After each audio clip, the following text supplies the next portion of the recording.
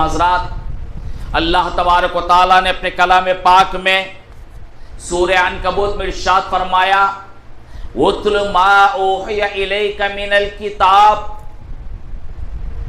جو کتاب تمہاری طرف بھیجی گئی ہے، جو کتاب آسمان سے اتری ہے، اس کتاب کی تلاوت کرو، اس کتاب کی تلاوت کرو۔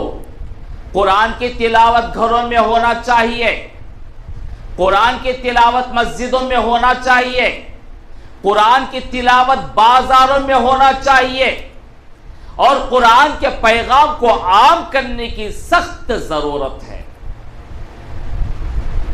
چونکہ قرآن اللہ کا کلام ہے اور اللہ اس ساری کائنات کا تنہا خالق ہے، مالک ہے، فرمان روا ہے۔ یہ قرآن تنزیل من رب العالمین، سارے جہان کے پروردگار کی طرف سے یہ قرآن نازل ہوا ہے، تو قرآن کی تعلیمات کو عام کرنے کی سخت ضرورت ہے۔ اتل ما اوحی الیک من الکتاب، نماز میں قرآن پڑھا جاتا ہے، نماز میں قرآن پڑھا جاتا ہے، نماز کے علاوہ قرآن کی تلاوت کی جاتی ہے۔ رسول اللہ صلی اللہ علیہ وسلم مکہ کے گلیوں میں، مکہ کے بازاروں میں بلند آواز سے قرآن کی تلاوت فرماتے تھے، سننے والے کان سنتے تھے، سمجھنے والے سمجھتے تھے، اور اللہ کے دین میں داخل ہوتے تھے۔ کچھ لوگوں کے اعتراض ہے، ہم سے کہتے ہیں، کہنے والوں سے کہتے ہیں کہ آپ اس قرآن کو دوسروں کو کیوں دیتے ہیں، غیر مسلم بھائیوں کا کیوں دیتے ہیں، فلاں فلاں لیڈروں کو، پوجاریوں کا قرآن کیوں دیتے ہیں؟ بھائی ہم کیوں نہیں دیں گے؟ اب تک ہم سے بڑی غلطی ہوئی ہے، ہم سے مجرمانہ غفلت ہوئی ہے، ہم سے بڑی کوتاہی ہوئی ہے۔ ہم نے قرآن کو نہ دے کر، قرآن کی تعلیمات کو عام نہ کر کے اپنے اوپر، اپنی ملت پر بہت بڑا ظلم ہم نے ڈھایا ہے۔ اگر اب بھی کوئی کہتا ہے کہ قرآن کیوں دیتے ہو، اس سے کہیے کہ یہ تمہارے باپ کی کتاب نہیں ہے، یہ تمہارے باپ کی کتاب نہیں ہے۔ اگر تمہارے باپ کی کتاب ہوتی تو سوال کرنا، یہ تو رب العالمین کی کتاب ہے۔ سورج سب کے لیے نکلتا ہے، ہوائیں اللہ تبارک و تعالی سب کے لیے چلاتا ہے، بارش سب کے لیے برساتا ہے۔ جب اللہ تبارک و تعالی کی رحمتیں عام ہیں تو اللہ تبارک و تعالی کی کتاب ہدایت کو عام کرنے کی کیوں ضرورت نہیں ہے؟ بے شک ضرورت ہے۔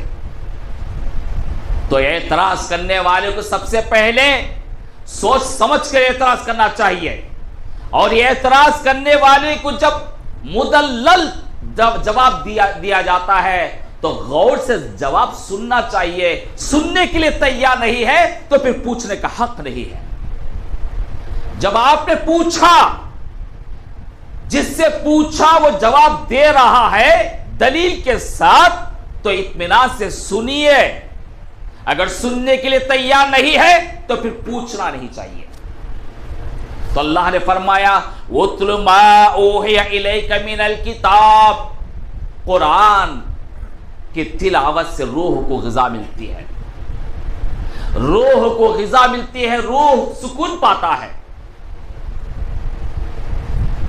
جس گھر میں قرآن کی تلاوت ہوتی ہے، جس محفل میں قرآن کی تلاوت ہوتی ہے، جس دکان میں قرآن کی تلاوت ہوتی ہے، جس جگہ قرآن کی تلاوت ہوتی ہے، اس جگہ رحمت کے فرشتے نازل ہوتے ہیں۔ اس جگہ فرشتے، رحمت کے فرشتے نازل ہوتے ہیں، وہاں سکینت نازل ہوتی ہے۔ آج ہمارے گھروں میں قرآن کی تلاوت نہیں ہو رہی ہے، دکانوں میں قرآن کی تلاوت نہیں ہو رہی ہے، محفلوں میں قرآن کی تلاوت نہیں ہو رہی ہے، اسی لیے آج ہماری زندگیوں میں بے چینی ہے، پریشانی ہے، دل اضطرار میں مبتلا ہے۔ تو اس دلوں کو سکون پہنچانے کا ذریعہ قرآن کی تلاوت ہے بھائیو، قرآن کی تلاوت ہے۔ دوسری بات اللہ تبارک و تعالیٰ نے فرمایا وَأَقِمِ الصَّلَاةَ إِنَّ الصَّلَاةَ تَنْهَا عَنِ الْفَحْشَاءِ وَالْمُنْكَرِ، نماز قائم کرو، نماز قائم کرو، 5 وقتہ نماز کی پابندی کرو، 5 وقتہ نمازوں کا اہتمام کرو، وقت کے ساتھ نماز پڑھو، با جماعت نماز پڑھو، ظاہری آداب کی رعایت کرتے ہوئے باطنی کیفیت کے ساتھ نماز پڑھو۔ نماز پڑھنا ہے، نماز پڑھنا ہے، یہ نماز مومن کی پہچان ہے، نماز مومن کی پہچان ہے۔ جو شخص جان بوجھ کر نماز چھوڑتا ہے، نمازوں کے سلسلے میں غفلت برتتا ہے، کوتاہی کرتا ہے، وہ شخص اللہ کے نزدیک مجرم ہے، اور ایسے مجرم کے لیے دردناک سزا ہے۔ مسلمان بے نمازی کیسے ہو سکتا ہے؟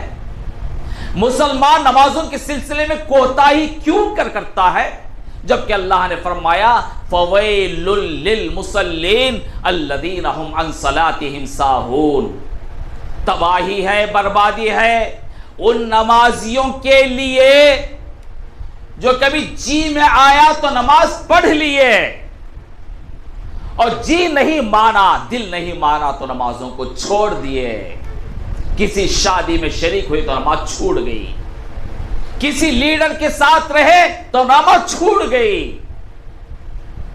پکنک کو گئے تو نماز چھوٹ گئی، مچھیاں پکڑنے گئے تو نماز چھوٹ گئی، کرکٹ چل رہا ہے تو نماز چھوٹ گئی۔